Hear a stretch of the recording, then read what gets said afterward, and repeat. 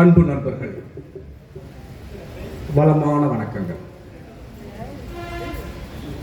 சச்சிதானந்த சபையிலே அறிவு சுடர் என்ற பெயரிலே புத்தக திருவிழாவில் எழுத்தே ஆன்மீகம் என்ற தலைப்பில் என் கருத்தை முன்மொழியே இருக்கிறேன். சச்சிதானந்த சபையிலே அறிவு சுடர் என்ற பெயராலே புத்தக திருவிழாவிலே எழுத்தே ஆன்மீகம் இந்த வரியில் 5 விதமான அம்சங்கள் இடம்பெற்றிருக்கிறது. முதலில் சச்சிதானம் என்றால் என்ன? சுடரின் தன்மை என்ன? அறிவு எப்படியானது? அதன் பணி என்ன? ஆன்மீகம் என்றால் என்ன? எழுத்து என்ன செய்யும்? இந்த 5 விஷயங்களும் நான் சொன்ன சச்சிதானந்த சபையிலே அறிவு சுடர் பெயராலே புத்தக திருவிழாவிலே எழுத்தே ஆன்மீகம் என்கின்ற தலைப்பில் நான் பேசப்போவதாக சொன்ன அந்த தலைப்பிலே 5 விஷயங்களை பதில் சொல்லிவிட்டால் நான் உங்களுக்கு என்னுடைய கருத்தை கடத்தியவன் ஆவேன். அதற்கு முன்பாக இந்த உலகத்தை இயக்கக்கூடிய 3 சக்திகளைப் போலவே இந்த புத்தக கண்காட்சியை கட்டமைத்திருக்கிறார்கள் 3 பேர், 3 நிறுவனங்கள். ஒன்று யாவரும் பதிப்பகம், இன்னொன்று டிஸ்கவரி பதிப்பகம், அடுத்ததாக சிக்ஸ்த் சென்ஸ் என்கின்ற 3 பதிப்பகங்கள் முதல் முயற்சியாக இந்த இடத்திலே புத்தக திருவிழாவை நடத்த உத்தேசித்து இன்று தொடங்கியிருக்கிறார்கள். நண்பர்களே, நான் சொன்ன அந்த 5 விஷயங்களை உங்களோடு பகிர்ந்து கொண்டால் என்னுடைய பேச்சு நிறைவு வந்துவிடும் என்று சொன்னேன் அல்லவா? முதலில் சச்சிதானந்தத்தில் இருந்து தொடங்குகிறேன். சச்சிதானந்தம் என்ற சொல்லிலே 3 சொற்கள் இருக்கிறது. சச், சித், ஆனந்தம். சச் என்றால் நிலையான இருப்பை சொல்லக்கூடிய உண்மை என்று பொருள். சித் என்றால் அந்த உண்மையை அறியக்கூடிய அறிவு என்று பொருள். ஆனந்தம் என்றால் துன்பத்தினுடைய சாயல் இல்லாத நிரந்தர ஆனந்தம் என்று பொருள்.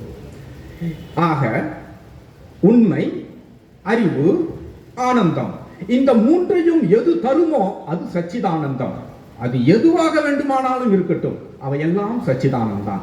அது உங்கள் மனைவியாக இருக்கட்டும், உங்கள் அப்பாவாக இருக்கட்டும், உங்கள் கடவுளாக இருக்கட்டும், உங்களுடைய குருநாதராக இருக்கட்டும், உண்மை, அறிவு, ஆனந்தம், இந்த 3ஐயும் தருவது சச்சிதானந்த மனநிலை.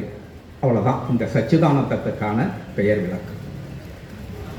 அமிர்தா சூர்யா அவர்களுக்கு சபையின் சார்பாக இந்த பொன்னாடியை அணிவித்து கௌரவிக்கப்படுகிறது.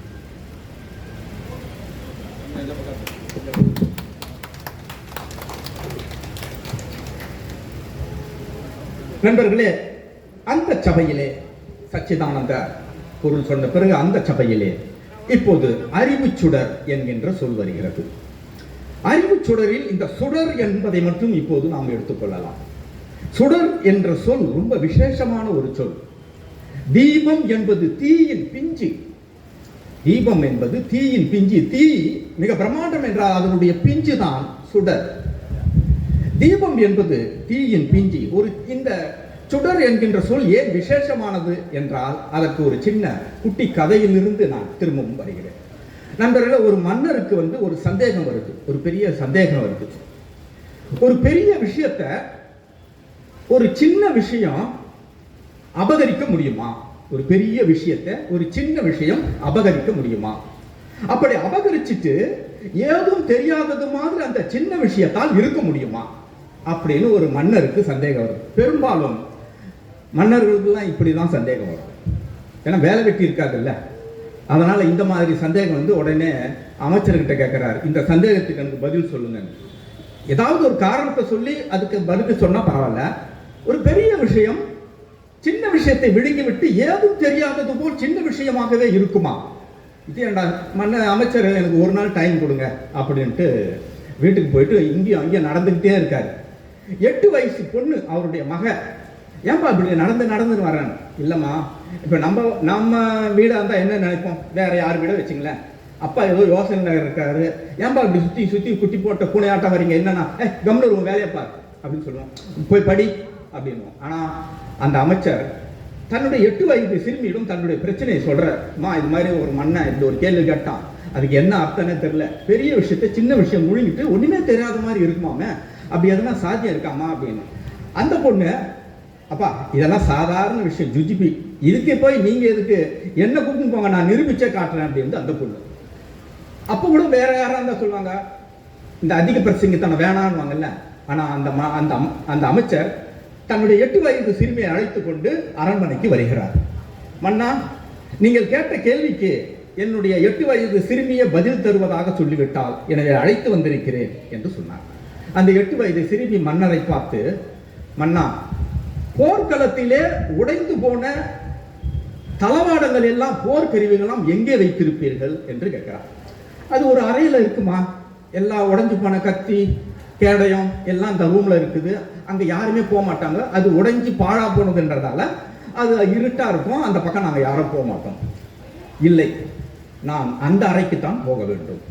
இல்லம்மா, அங்க வௌவால்கள் இருக்கு, துர்நாற்றம் வீசும், இருட்டா இருக்குது, போக முடியாது அங்க. இல்லை, உங்கள் கேள்விக்கான பதில் அந்த அறையில் தான் இருக்கிறது. போறாங்க நேரா, அந்த அறை திறக்கப்படுகிறது. மகா துர்நாற்றம், வௌவால்கள் எல்லாம் தூங்கி சுத்தப்படுத்தாமல், அது அவசியப்படாதது இல்லை, உடைந்து போன தளவாடங்கள். அந்த பெண், அந்த சிறுமி அந்த அறைக்கு போனதும் தான் கொண்டு வந்திருந்த ஒரு சின்ன அகல் விளக்கை ஏற்றுகிறார். அறையில் இருந்த இருள் சடார் என்று வெளிச்சமாகி உள்ளே இருக்கிற வௌவால்கள் எல்லாம் சட சட சட சட என்று அறையை விட்டு ஓடுகிறது. இப்பொழுது அறை வெளிச்சமாகிறது. சிறுமி சொல்கிறார், மன்னா, மிக பிரம்மாண்டமான இருளை விழுங்கிவிட்டு இந்த சுடர் ஏதும் தெரியாதது போல் உட்கார்ந்திருக்கிறது பாருங்களேன் என்று சொல்கிறார். இதுதான் சுடரினுடைய அபாரமான தன்மை. இது வெறும் சுடர் அல்ல. சுடர் என்று நாம் சொன்னாலும் கூட அது எதற்கெல்லாம் பொருந்தும் என்றால் அறிவுக்கு பொருந்தும். அறிவு நம்மளுடைய அறியாமை இருளை எல்லாம் அகற்றிவிட்டு வெளிச்சமாக தரும். எனவேதான் திருமந்திரத்திலே கண் சுடரோன் என்ற சொல்லாட்சியை பயன்படுத்துகிறார். கண் சுடரோன் என்று. சரி, அப்படிப்பட்ட இருளை அகற்றுகிற சுடர் எதுவாக இருக்கிறது என்றால் அறிவாக இருக்கிறது.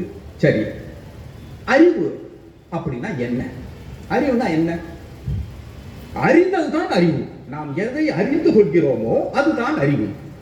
அது எப்படியெல்லாம் அந்த அறிவு நமக்கு வந்து சேருகிறது, இதெல்லாம் உங்களுக்கு ஒரு விஷயதானமாக நான் பல்வேறு புத்தகங்களில் இருந்து படித்ததை நான் கண்டுபிடிச்சு சொல்லலை. பல்வேறு புத்தகங்களில் இருந்து கண்டுபிடிச்சதை உங்களோட நான் ஷேர் பண்ணிக்கிறேன். அறிவு சொல்றல, உங்களுக்கு அறிவு இருக்குதான்றோம், அவன் பெரிய அறிவாளி என்றோம். இந்த அறிவுன்னா என்ன? அந்த அறிவு எங்க இருந்து வருது நமக்கு? நண்பர்களே, இந்த அறிவு 5 விதமான தன்மையிலிருந்து வருகிறது. முதலில் இந்த அறிவு என்பது ஒற்றைத்தன்மையானதல்ல. முதல்ல ஸ்ருதி, இது நம்முடைய மூதாதையரில் இருந்து வருகிறது. நம்மளுடைய மூதாதையர்களுடைய எண்ணங்கள், சிந்தனைகள் வழியாக நமக்கு வந்து சேரக்கூடியது தான் இந்த அறிவு, ஸ்ருதி என்பது. கிட்டத்தட்ட சொல்லுவாங்க, எனக்கு நான் நல்லா தான் இருக்கிறேன், திடகாத்திரமா இருக்கேன், இந்த நோய் எப்படி வந்ததுன்னே தெரியல. டேய், உன் தாத்தனுக்கு அந்த நோய் இருக்கண்டா, அவன் கொடுத்துட்டு போன கிஃப்டா இது. மூதாதையர் வழியாக நோய் மட்டுமல்ல, அறிவும் வருவதாக நம் முன்னோர்கள் சொல்கிறார்கள். அதற்கு பெயர் ஸ்ருதி. அனுமானம் என்று ஒரு வகையில் ஒரு அறிவு நமக்கு வந்து சேர்கிறது. அது என்ன என்றால் தர்க்கம் செய்வது, விவாதிப்பது. ஒன்னு இல்லைன்னா இருக்குதுன்னு சொல்றது, இருக்குதுன்னா இல்லைன்னு சொல்றது. விவாதத்தின் மூலமாக நாம் ஒரு அறிவை பெறுகிறோம், அது அனுமானம்.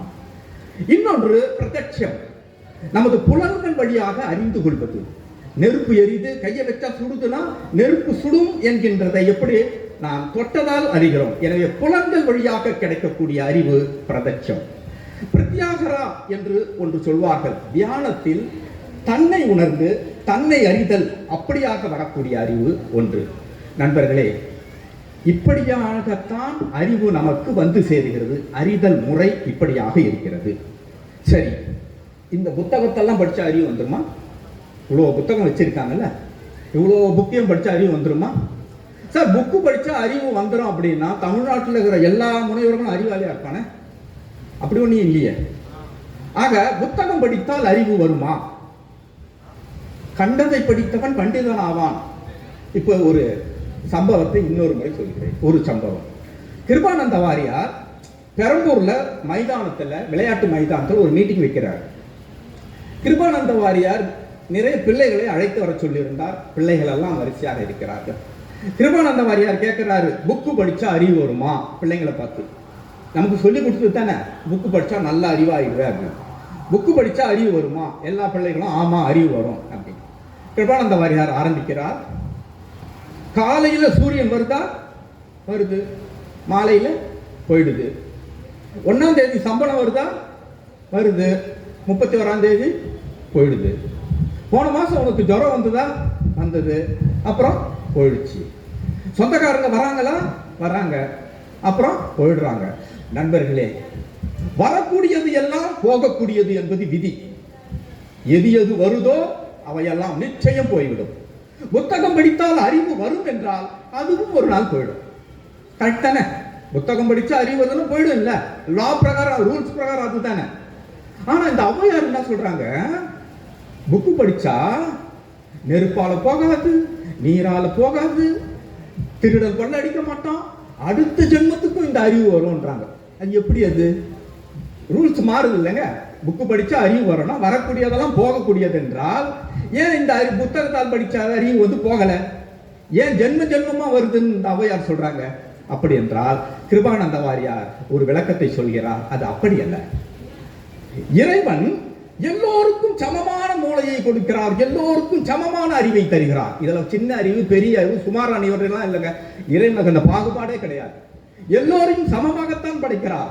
நீங்கள் வளர்கிற முறை, வாழ்கிற சூழல், உங்களுக்கு கிடைக்கிற நண்பர்கள், அமைகிற எல்லாவற்றையும் சேர்ந்து அதிலிருந்து வரக்கூடிய அறியாமை என்பது உங்கள் அறிவை மூடிவிடுகிறது.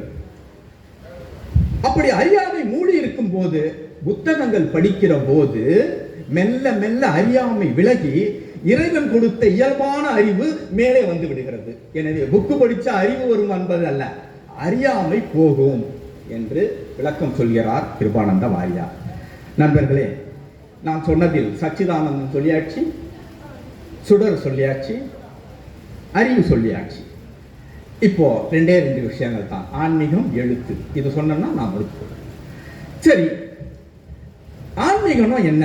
அது ஒரு பெரிய கம்பசூத்திரம் மாதிரி. ஆன்மீகம், ஆன்மீகவாதிகள் நிறைய பயமுறுத்துவாங்க.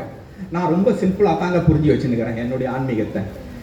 ஆன்மீகம் என்பது இறை தன்மையை உணர்தல், இறை தன்மையை உரையுதல். இது பகுத்தறிவாளர்கள் ஒத்துப்பாங்களா? நாத்திகர்கள் ஒத்துப்பாங்களா? கண்டிப்பா ஒத்துப்பாங்க. அவங்களுக்கு கடவுள் தான் பிடிக்காது, கடவுள் தன்மையை பிடிக்கும். ஏன்னா நான் சொல்லிட்டேன்னா இப்ப உங்களுக்கு பிடிக்கும்னு சொல்றாரு. சார், கடவுள்ன்றது இரும்பு மாதிரிங்க, நேரடியா பயன்படுத்த முடியாது. கடவுளை நீங்க நேரடியா பயன்படுத்திக் கொள்ள முடியாது, அது இரும்பு மாதிரி. ஆனா வாழ்க்கைக்கு இரும்பு தேவையாச்சே, இரும்பு சத்து வேணுமே. அப்ப என்ன பண்ண முடியும்? முருங்கைக்கீரை சாப்பிடணும், புளிச்சக்கீரை சாப்பிடணும், பேரிச்சை பழம் சாப்பிடணும். அதிலெல்லாம் இரும்பு சத்து இருக்கு. இரும்பை நேரடியாக உட்கொள்ள முடியாது, அது பயன்படாது. ஆனால் உடலுக்கு இரும்பு சத்து வேண்டும். எனவே இதையெல்லாம் சாப்பிட வேண்டும். நீ முருங்கைக்கீரையில வந்து இரும்பு காந்த ஒட்டோன்ற லாஜிக் எடுத்தாலும் முருங்கைக்கீரையில காந்தத்தை வச்சு பார்த்தீங்கன்னா ஒட்டாது. அது உள்ளே இருப்பது இரும்பு சத்து, நீங்கள் நினைக்கிற இரும்பல்ல, நேரடி இரும்பல்ல.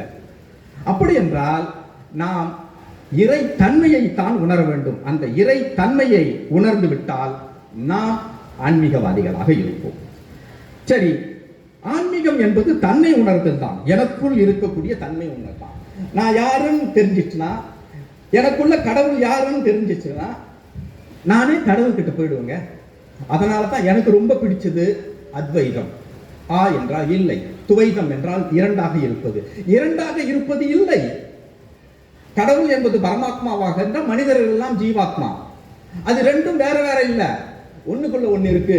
கடவுள் உங்ககிட்ட இருக்காரு, உங்ககிட்ட கடவுள் இருக்கிறார் என்று இரண்டும் வேறு வேறு அல்ல என்பதைத்தான் அத்வைதம் சொல்கிறது. நண்பர்களே, இப்போ கடவுள் தன்மை, நான் எனக்குள்ள கடவுள் தன்மை இருக்கு, என் உள்ள கடவுள் தான்டா இருக்கிறான், நான் கடவுள்றான் அப்படின்னா அது மட்டுமே இல்லை. பத்மஜா கிட்ட கடவுள் இருக்காரு, திருப்புசார் கிட்ட கடவுள் இருக்காரு, அது என் நண்பன் நல்லு கிட்ட கடவுள் இருக்காரு, சீனிவாசன் படவட்ட கடவுள் இருக்காரு, உங்ககிட்ட கடவுள் இருக்காரு. சோ அதை நான் உணர்ந்து கொண்டால் நான் அடுத்தவன் மனசு போகாம பேச மாட்டேன், அடுத்தவன் குடியை கெடுக்க மாட்டேன், அடுத்தவன் துக்கத்தை கெடுக்க மாட்டேன். ஏன்னா உள்ள கடவுள் இருக்காருல்ல. நீங்க எல்லாம் கடவுள் அம்சங்கள் இல்ல. உங்களை எப்படி நான் சங்கடப்படுத்துவேன்? உங்களை சங்கடப்படுத்தினா கடவுளை சங்கடப்படுத்துவதாக, கடவுளை துக்கப்படுத்துவதாகத்தானே அர்த்தம். எனவே இந்த தத்துவத்தின் அடிப்படையில் நாம் சமத்துவமாக எல்லோரும் சமம் என்கின்ற அந்தஸ்தை எவன் உள்வாங்கிக் கொள்கிறானோ அவனெல்லாம் ஆன்மீகவாதி தான். அவ்வளவுதான், சிம்பிள். ரொம்ப நீங்க அந்த தியானம், யாகம், யோகம் அதுக்கெல்லாம் போகவே வேண்டியதில்லை. நண்பர்களே, பாரதி மிகச்சிறந்த ரொம்ப அழகான ஒரு விஷயம். பாரதியை எல்லாரும் கொண்டாடுறாங்கன்னா இந்த இந்த ஆன்மீகத்தை கூட அவன் எளிமையா ஹேண்டில் பண்ணுவான். எப்படி பாருங்களேன், பாரதியினுடைய கவிதையை படிச்சிருப்பீங்க, அவருடைய கட்டுரையை படிச்சிருக்க மாட்டீங்க நிறைய பேர். பாரதி ஒரு கட்டுரையில சொல்றாரு, இந்த காற்று நம்ம மூச்சு விடுறதுல அந்த காத்து, இந்த காத்து வந்து பூவை கட்டுற நார் மாதிரியாம். காற்று நார் மாதிரி, மனிதர்களும் ஜீவராசிகளும் எல்லாம் பூக்கள். நீங்க மட்டும் இல்ல, நாய், தாசி, அரசியல்வாதி எல்லாமே பூக்கள். குஷ்டரோகி அவனும் ஒரு பூ. ஆக எல்லாரும் ஜீவராசிகளும் பூக்கள். இப்போ என் மூக்கு வழியா போய் வெளியே வரக்கூடிய காற்று நாய் மூக்கு வழியாகவும் போய் வெளியே வருது, ஒரு தாசினுடைய மூக்கு வழியாகவும் போய் வெளியே வருது, குஷ்டரோகியினுடைய வழியாகவும் போய் வெளியே வருது, பெண்கள் வழியாகவும், ஆண்கள் வழியாகவும், குழந்தை வழியாகவும், எல்லார் வழியாகவும் போய் போய் வருது. அதுக்கு பேதமே இல்லை பாருங்க. இவன் உயர்ந்தவன், இவன் தாழ்ந்தவன், இவன் மூக்குல போகணும் போகக்கூடாதெல்லாம் இல்லை இல்ல. அப்போ காற்று என்பது நாராக மாறி எல்லா மனித பூக்களையும் எல்லா ஜீவராசிகளையும் கட்டுகிறது. அப்படி கட்டி மாலையாக மாற்றி இந்த பிரபஞ்சத்தின் மீது போட்டு இருக்கிறது என்று சொல்கிறான். அவ்வளவுதாங்க ஆன்மீகம். ரொம்ப சிம்பிள். எல்லாத்தையும் சமமாக பார்க்கிற பண்பு தான் ஆன்மீகம். அதனால்தான் நம்ம இன்னும் பாரதியை வந்து இன்னும் நம்ம கொண்டாடிக்கிட்டே இருக்கோம். சரி, அந்த சமம் என்ற விஷயத்துக்கு எதெல்லாம் இடையூறா வருதோ அதையெல்லாம் உடைப்பது கூட ஆன்மீக செயல்பாடு தான். நீங்கள் எல்லாம் இது, நான் இந்த கருத்தை சொல்வதற்கு முன்பாக என்னை பற்றி ஒரு விஷயத்தை சொல்கிறேன். நான் சென்னையில் சித்தர்களுடைய ஜீவ சமாதிகளை நேரடியாக தேடி கண்டுபிடித்து அது குறித்து கல்கி பத்திரிகையில் 16 வாரம் சித்தர்களுடைய ஜீவ சமாதியை பற்றி எழுதியவர். அதற்கு பிறகு பெண் சித்தர்களை பற்றி ஒரு கட்டுரைகள் தொடர்ந்து 16 பெண் சித்தர்களை பற்றி எழுதியவன். நான் தீவிரமான ஆன்மீகவாதி தான், சிவபக்தன் தான். அதே நேரத்தில் இப்ப நான் சொன்னேன்ல, ஆன்மீகம்னா என்ன, சமமாக பார்த்தல், எல்லோரும் சமமாக நடத்துதல், தன்னை போலவே அவனையும் நடத்துதல். அப்படி சமத்துவம் இல்லாத இடத்தில் வரும்போது யுத்தம் செய்தால் அதுவும் ஆன்மீகம் யுத்தம் தான். இந்த இடத்தில் தான் பெரியார் வந்து நிற்கிறார். நண்பர்களே, சிவவாக்கியர், சித்தர் சிவவாக்கியருடைய ஒரு பாடல் வரும். இது 4 வரி மட்டும் பெரியார் வருவாங்க, 5வது 6வது வரியில் சிவவாக்கியர் வருவார். 2 பேரும் ஒரு பேரலா டிராவல் பண்ணக்கூடிய ஏரியா இதுதான். நட்ட கல்லை, ஒரு கல்லை நட்டு வச்சுட்டு, நட்ட கல்லை தெய்வம் என்றே, அது சாமி தான் நினைச்சு, நட்ட கல்லை தெய்வம் என்றே 4 புஷ்பம் சாற்றியே, 4 வகையான புஷ்பங்களை போட்டு நட்ட கல்லை தெய்வம் என்று 4 புஷ்பம் சாற்றியே, சுற்றி வந்து முணமுணக்கும் மந்திரம் ஏதடா. சுற்றி வந்து மந்திரத்துல முணமுணுக்கிற, சுற்றி வந்து முணமுணக்கும் மந்திரம் ஏதடா. நட்டக்கல் பேசுமோ, அதோடு நிறுத்துகிறார் பெரியார். நட்டக்கல் பேசுமோ, அதுல இருந்து அவர் டிராவல் போயிடுறாரு. அதுக்கு பிறகு சிவவாக்கியர் வராரு. நட்டக்கல் பேசுமோ, நாதன் உள் இருக்கையில், அங்கதான் ஆன்மீகம் வருது. நட்டக்கல் பேசுமோ, நாதன் உள் இருக்கையில், சுட்ட சட்டி சட்டுவம் கரிச்சுவை தான் அறியுமோ. சட்டியில கறியை செஞ்சு வச்சா சட்டிக்கு தெரியுமாடாத சுவை, அந்த கரண்டிக்கு தெரியுமாடாத சுவை, கல்லுக்கு எப்படா தெரியும். நாதன் உன் உள்ளே இருக்கிற போது நீதான் நாதன் என்பதுதான் ஆன்மீகம். நண்பர்களே, இதை நீங்கள் புரிந்து கொண்டால் போதும், வேற எந்த விஷயத்துக்கும் நீங்கள் போக வேண்டியதில்லை. இன்னொரு விஷயம், இதை செயல்படுத்துகிறவர்கள் எல்லாம் ஆன்மீகவாதிகள் தான். உதாரணத்துக்கு ராமானுஜர். நண்பர்களே, ராமானுஜருக்கு சொர்க்கத்துக்கு போறதுக்கு ரூட்டா ஷார்ட்கட் ஒன்று சொல்லி கொடுக்குறாரு அவரு குரு. இந்த மந்திரத்தை தெரிஞ்சுக்கோ, இந்த மந்திரத்தை தொடர்ந்து சொன்னீங்கன்னா இந்த பூமியில இருந்து போகும்போது சொர்க்கத்துக்கு போயிடலாம். அவ்வளவுதாங்க. எவ்வளவு பெரிய வரம், சொர்க்கத்துக்கு போறதுக்கு ஒருத்தனுக்கு மந்திரம் கிடைக்குதான். ஆனா ராமானுஜர் என்ன பண்றாரு, கேட்டுக்கிறாரு. அப்ப அவருக்கு குரு ஒரு விஷயத்த சொல்றாரு, உன்னை தவிர வேற யாருக்காவது இதை சொன்னீங்கன்னா உன் தலை சுக்குள் நூறா வெடிச்சிடும். அவ்வளவுதாங்க, ஒரு லாக் முடிஞ்சு போச்சு. ஒரு விஷயத்த சொல்லிட்டு உங்ககிட்டயே தான் இது இருக்கணும், சொர்க்கத்துக்கு போறதுக்கான வழி, இது வேற எவனுக்கும் சொல்லிடாத, தலை சுக்குலா போயிடும். அந்த மனுஷன் அதை பத்தி எல்லாம் கவலைப்படலங்க. நேரா வராரு, தெரிஞ்சிச்சுல சொர்க்கத்துக்கு போற வழி. கோபுரம் சோரன், கோவிலுடைய சுவத்தின் மீது ஏற உட்காராரு.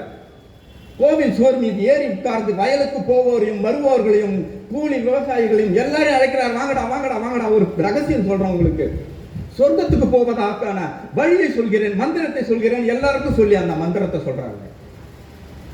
இப்ப நீங்க கேட்கலாம், குரு சொர்க்கத்துக்கு போற மந்திரத்தை வேற யாருக்காவது சொன்னா தலை உடைஞ்சிரும் சொன்னார்ல சுக்குநூறா, ராமானுஜருக்கு உடையவே இல்லையே.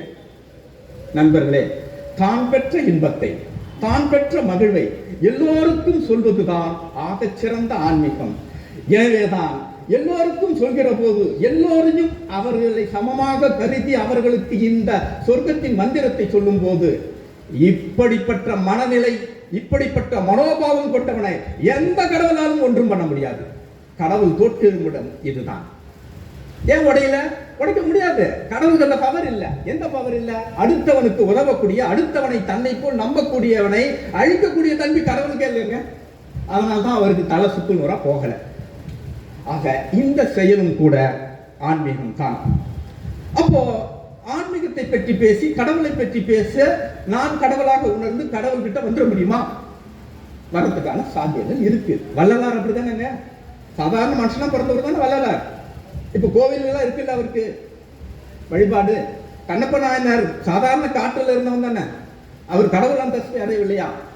ஆக சகலசரி மனுஷர்கள் தன்னை உணர்கிற போது அவர்கள் கடவுள் அந்தஸ்தை அடைவார்களா? ஒரு சின்ன கதை சொல்லிடுறேன், கொஞ்ச நேரத்தில் முடிச்சுக்கிறேன். நண்பர்களே, பாம்பன் சுவாமிகள் தெரியும் உங்களுக்கு, திருவான்மையூர்ல இருக்குது அவருடைய ஜீவசமாதி. சென்னைக்கு போனீங்கன்னா பாருங்க, பாம்பன் சுவாமிகளுக்கு போறதுக்கு முன்னாடி ஒரு ஜீவசமாதி இருக்கு. பறவை சித்தர்னு ஒரு அம்மா ஜீவசமாதி. பெண்கள்லயே முதல் பறவை சித்தர், அதாவது முதல் பெண் சித்தர், நம்மளுக்கு தெரிஞ்ச பெண் சித்தர் அவர்கள் தான் பறவை சித்தர். அவங்க ஒரு மலை ஒரு பில்டிங்ல இருந்து இன்னொரு பில்டிங்க்கு தாவுவாங்களாம். அந்த அம்சங்களை அவங்க பறவை போல பறப்பதால் அவங்க பறவை சித்தர். இதை நான் சொன்னா ஒத்துக்க மாட்டீங்க, டே டுபாகூர்னுவீங்க. திருவிக்கா அவருடைய புத்தகத்துல நான் பார்த்தேன்னு எழுதியிருக்காருங்க. அந்த எவிடன்ஸோட தான் சொல்றேன் நான். சரி, விஷயத்துக்கு வரேன். இப்ப அந்த பாம்பன் சுவாமிகள் இருக்காருல்ல, அவரை போறப்ப வரப்ப எல்லாரும் வந்து வணக்கம் சாமி, ஐயா வணக்கம் சாமி அப்படின்னு சொல்லிட்டு போறாங்க, வணக்கம் பண்ணிட்டு போறாங்க. ஒரு விவசாயிக்கு ஒரு சந்தேகம் வருது, நீ சாமியார் தானே? சாமியார் தான் என்ன? சாமி யார் என்பதை கண்டுபிடிக்கிறவன் அதானே, அதுக்குதான் சாமியார்னு பேர். சாமி யார் என்பதை கண்டுபிடித்தான் சாமியார். அவன் நேரா வரான், பாம்பன் சுவாமி கிட்ட கேட்கிறான், நீங்க சாமியார் தானே? ஆமாப்பா. சாமி யாருன்னு கண்டுபிடிக்கிறவன் தானே? ஆமாப்பா. எல்லாம் வணக்கம் சாமி வணக்கம் சாமி, நீயே சாமி மாதிரி சொல்லிட்டு போறாங்க, நீ இன்னும் அவ்வளவு பெரிய சாமியா? இது அயோக்கத்தனம் இல்லையான்னு கேட்கறாங்க அந்த விவசாயி. என்ன பதில் சொல்லணும் பாம்பன் சுவாமிகள்? அவரை ஒன்னு இவனுக்கு ஏத்த மாதிரி உபனிஷங்கள் வேதங்கள் அதெல்லாம் சொல்ல. ஐயா உங்களுக்கு 1 2 3 என்ன தெரியுமா? நல்லா தெரியுமே, கொஞ்சம் எண்ணுங்க அப்படின்னு. அந்த விவசாயி எண்ண ஆரம்பிக்கிறான். 1 2 3 எண்ணிக்கிட்டே வராங்க.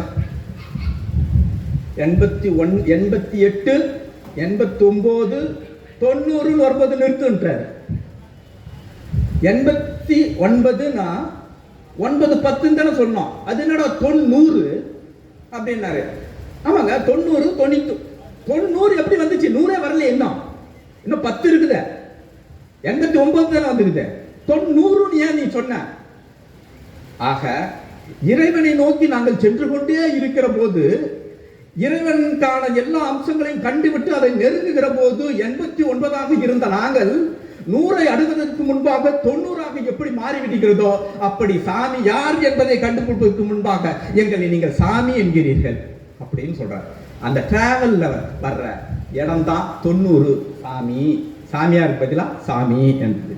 நண்பர்களே, இப்படியாகத்தான் நம்மளுடைய ஆன்மீகத்தை நீங்கள் வரையறுத்துக் கொள்ள வேண்டும், எழுத்தை வரையறுத்துக் கொள்ள வேண்டும். ஒரு விஷயம், கந்தர்வன் ஒரு பெரிய கவிஞர் இருந்தாருங்க, தாமரசால ரொம்ப முக்கியமான எழுத்தாளராக இருந்தார் கந்தர்வன். நான் வந்து கவிதையில ஃபர்ஸ்ட் பரிசு வாங்குறப்போ அவர் தான் விருது கொடுக்குறவர், பரிசு கொடுக்குறவர். விருதெல்லாம் கவிதைலாம் கொடுத்து முடிச்சு திருப்பூர்ல தான் வெளியே வந்து என் தோல்ல கை போட்டுன்னு கந்தர்வன் சொன்ன வசனம் இருந்தாங்க, சூர்யா, இந்த தமிழ்நாட்டில் ஒவ்வொருத்தனும் சாவறதுக்குள்ள ஒரு கவிதையாவது எழுதிடணும்டா, சாவறதுக்குள்ள ஒரு கவிதையாவது எழுதிடணும். ஏன் சார் சாவறதுக்குள்ள ஒரு கவிதை?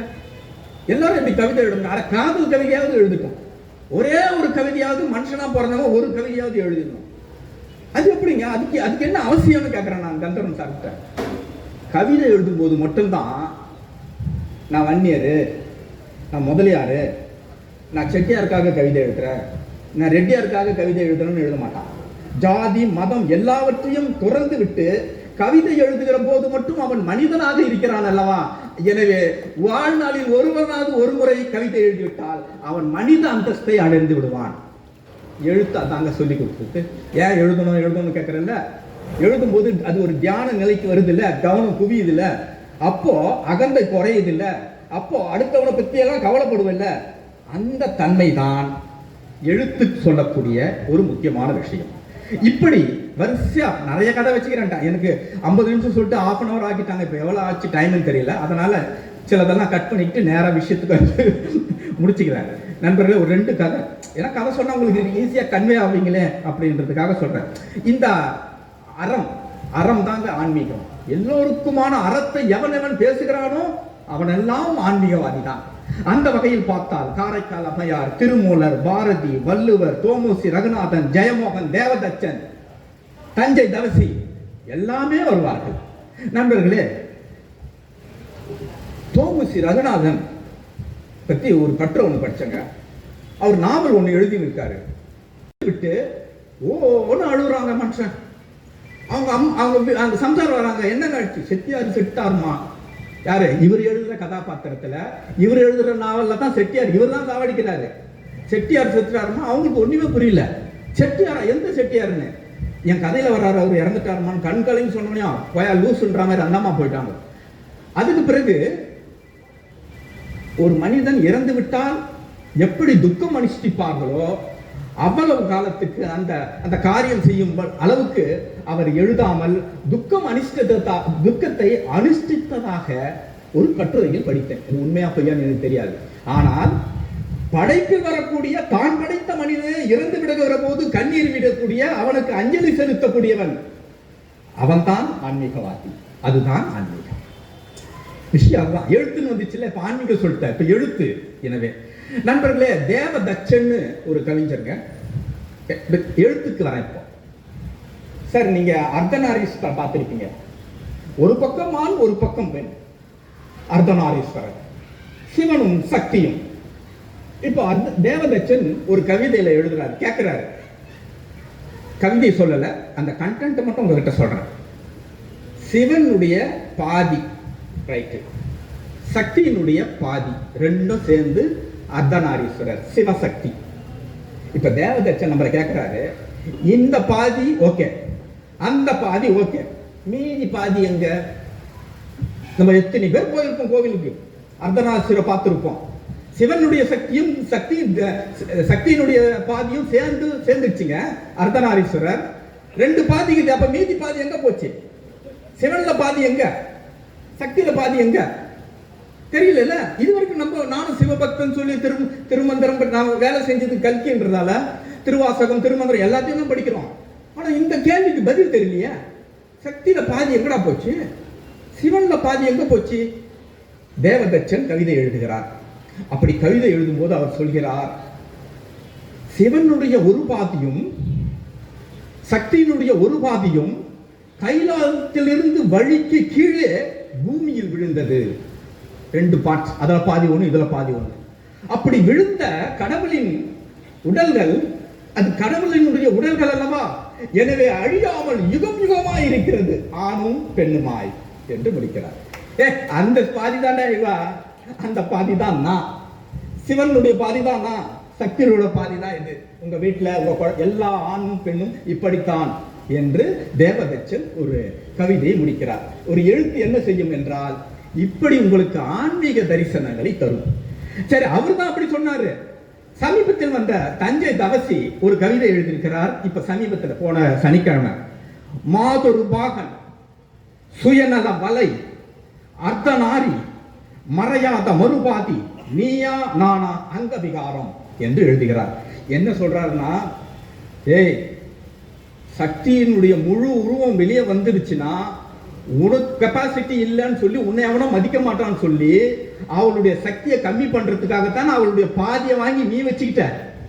அதானே இந்த தில்லாலங்கடி வேலை. அவளை முழுசா பெண்ணை முழுசா சக்தியை வெளியே விட்டா நமக்கு மதிப்பு இருக்காம போயிடும், நாம டம்மி ஆயிடும் தான். அதுல இருந்து பாதியை வாங்கி அர்த்தநாரீஸ்வரர் மாதொருபாகன்னு மாறிட்ட. உன் கதை எனக்கு தெரியண்டா. அவரும் சிவபக்தர் தான். அப்படி அங்கதமாக எழுதுகிறார். தேவதச்சன் சொன்ன விளக்கம் வேறு, தஞ்சை தவசி சொன்ன விளக்கம் வேறு. நண்பர்களே, இப்படியாக எழுத்து ஆன்மீகத்தை தொடங்குவதற்கு, தன்னை உணர்வதற்கு, சக மனிதனை சக மனிதனாக நடத்துவதற்கு, சமத்துவம் வேறுவதற்கு காரணமாக இருந்தால் அந்த எழுத்தை கையாள்கிறவன் எல்லாம் ஆன்மீகவாதிதான். அதுதான் அசலான ஆன்மீகம். நன்றி, வணக்கம். விட்டு ஓன்னு அழுகுறாங்க மனுஷன். அவங்க சம்சாரம் வராங்க. என்ன காட்சி? செட்டியார் செட்டாருமா. யாரு? இவர் எழுதுற கதாபாத்திரத்துல, இவர் எழுதுற நாவல்ல தான் செட்டியார், இவர் தான் சாவடிக்கிறாரு. செட்டியார் செத்துறாருமா. அவங்களுக்கு ஒண்ணுமே புரியல. செட்டியாரா? எந்த செட்டியாருன்னு. என் கதையில வர்றாரு, அவர் இறந்துட்டாருமான்னு கண்களையும் சொன்னோம்னா போயா லூசுன்ற மாதிரி அந்தமா போயிட்டாங்க. அதுக்கு பிறகு ஒரு மனிதன் இறந்து விட்டால் எப்படி துக்கம் அனுஷ்டிப்பார்களோ அவ்வளவு காலத்துக்கு அந்த காரியம் செய்யும் அளவுக்கு அவர் எழுதாமல் துக்கத்தை அனுஷ்டித்ததாக ஒரு கட்டுரையில் படித்தேன். உண்மையா பொய்யான்னு எனக்கு தெரியாது. ஆனால் படைப்பில் வரக்கூடிய தான் படைத்த மனிதனை இறந்து விடுகிற போது கண்ணீர் விடக்கூடிய, அவனுக்கு அஞ்சலி செலுத்தக்கூடியவன், அவன்தான் ஆன்மீகவாதி. அதுதான் ஆன்மீகம். விஷயம் தான். எழுத்துன்னு வந்துச்சுல, இப்ப ஆன்மீகம் சொல்லிட்டேன், இப்ப எழுத்து. எனவே நண்பர்களே, தேவதச்சன்னு ஒரு கவிஞருங்க. எழுத்துக்கு வரேன் இப்போ. சார், நீங்க அர்த்தநாரீஸ்வரர் பார்த்திருப்பீங்க. ஒரு பக்கம் ஆண், ஒரு பக்கம் பெண். அர்த்தநாரீஸ்வரர், சிவனும் சக்தியும். இப்போ தேவதச்சன் ஒரு கவிதையில எழுதுறாரு, கேட்கிறாரு. கவிதை சொல்லல, அந்த கண்டென்ட் மட்டும் உங்ககிட்ட சொல்றேன். சிவனுடைய பாதி ரைட்டு, சக்தியினுடைய பாதி, ரெண்டும் சேர்ந்து அர்த்தநாரீஸ்வரர், சிவசக்தி. இப்ப தேவதச்சன் நம்மளை கேட்கிறாரு, இந்த பாதி ஓகே, அந்த பாதி ஓகே, மீதி பாதி எங்க? நம்ம எத்தனை பேர் போயிருப்போம் கோவிலுக்கு, அர்த்தநாரீஸ்வரர் பார்த்திருப்போம். சிவனுடைய சக்தியும் சக்தியினுடைய பாதியும் சேர்ந்துச்சுங்க அர்த்தநாரீஸ்வரர். ரெண்டு பாதிக்கு. அப்ப மீதி பாதி எங்க போச்சு? சிவன்ல பாதி எங்க? சக்தியில பாதி எங்க? தெரியல. இதுவரைக்கும் நானும் சிவபக்தன் சொல்லி திருமந்திரம் நாம வேலை செஞ்சது கல்கின்றதால திருவாசகம், திருமந்திரம் எல்லாத்தையும் தான் படிக்கிறோம். ஆனா இந்த கேள்விக்கு பதில் தெரியலையே. சக்தியில பாதி எங்கடா போச்சு? சிவன்ல பாதி எங்க போச்சு? தேவதச்சன் கவிதை எழுதுகிறார். அப்படி கவிதை எழுதும் போது அவர் சொல்கிறார், சிவனுடைய ஒரு பாதியும் சக்தியினுடைய ஒரு பாதியும் கைலாயத்திலிருந்து வழிக்கு கீழே பூமியில் விழுந்தது. ரெண்டு பார்ட்ஸ், அதுல பாதி ஒண்ணு, இதுல பாதி ஒண்ணு. அப்படி விழுந்த கடவுளின் உடல்கள், அது கடவுளினுடைய உடல்கள் அல்லவா, எனவே அழியாமல் யுகம் யுகமாய் இருக்கிறது, ஆணும் பெண்ணுமாய் என்று முடிக்கிறார். அந்த பாதி தானே இவா, அந்த பாதி தான் நான்.